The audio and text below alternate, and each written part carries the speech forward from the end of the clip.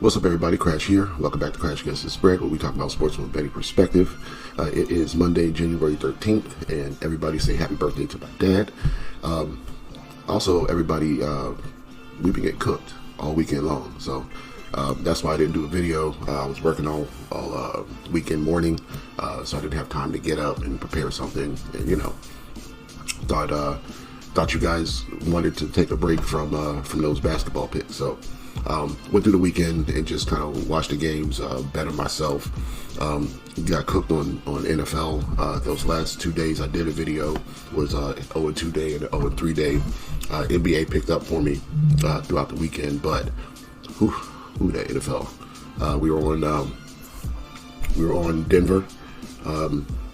Plus the 8.5, they lost 7-31.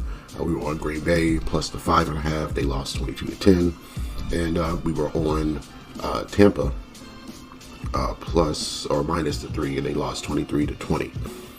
And I like the over in all 3 games, so I didn't bet everything like that. So it wasn't like a ton of money that I lost, but yeah, I just did not see any of those games right all weekend long. So luckily I didn't tell you guys any of that, so none of you followed any of that. So if you had the same weekend I had, that's your fault, not mine.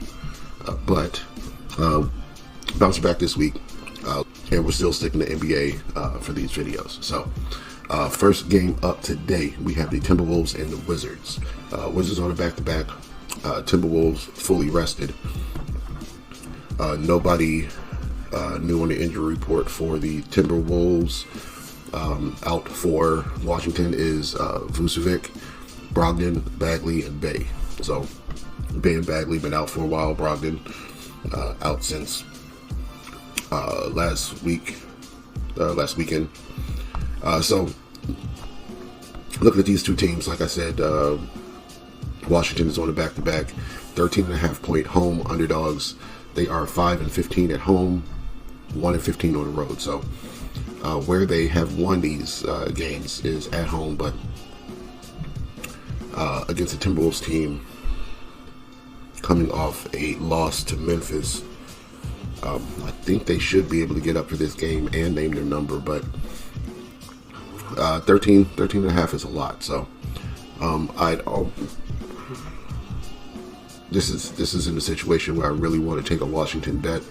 I think the under might be a good play here. So under 223.5 will be my pick for this one. Pistons and Knicks. Knicks coming off a big win versus the Bucks yesterday. Was it yesterday? Yesterday, 140-106. That was a home game. Now we are same gym. I don't think Jalen Brunson is a game-time decision. He exited to the locker room with an apparent right shoulder injury during the fourth quarter of Sunday's game against the Bucks. He finished the game with 44 points, 6 assists, 5 rebounds, 1 steal across 29 minutes. So without him, I think it's a Pistons +7 spot, but without him, officially that number's going to change. I guarantee you. So don't know what to take to do now other than watching the injury report.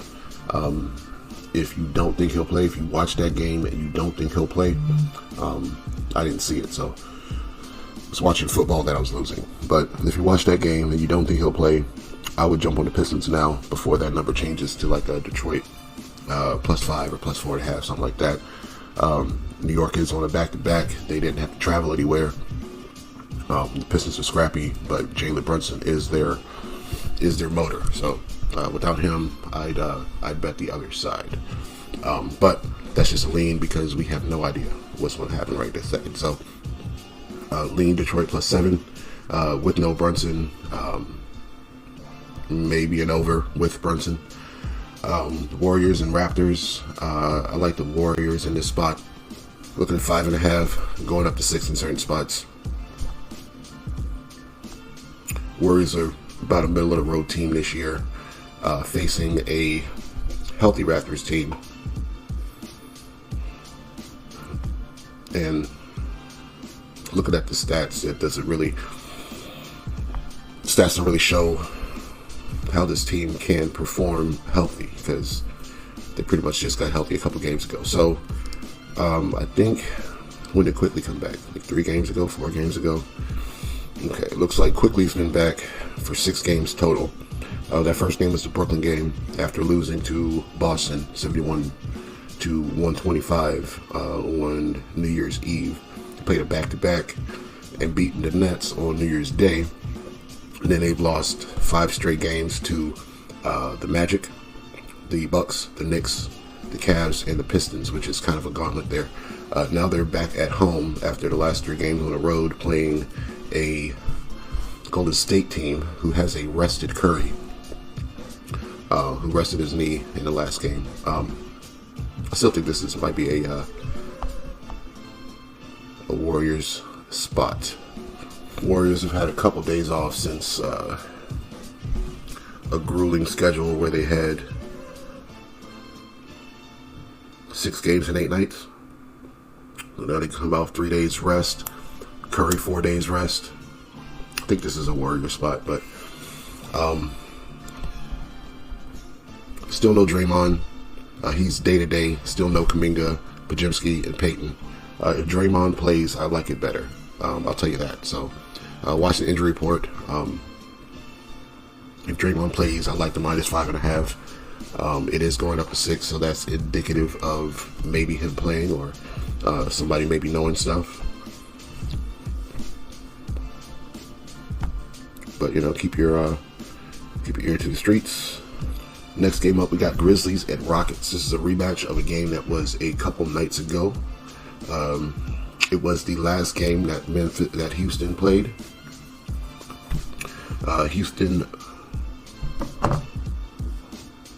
It was the last game that Houston played. Houston won that game 119-115 in Memphis. Memphis has also played Minnesota since then. So that game was on January 9th between Memphis and Houston. On the 11th, Memphis played the Timberwolves.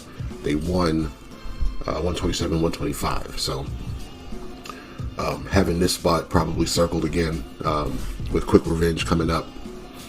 I like Memphis plus the 2 on the road to get it done here. I also think that the over might be a good look. They just came off and allowed 125 points to the Timberwolves in their 127-125 victory. I think the over could be a good look. The last game was 115-119. They seem to be playing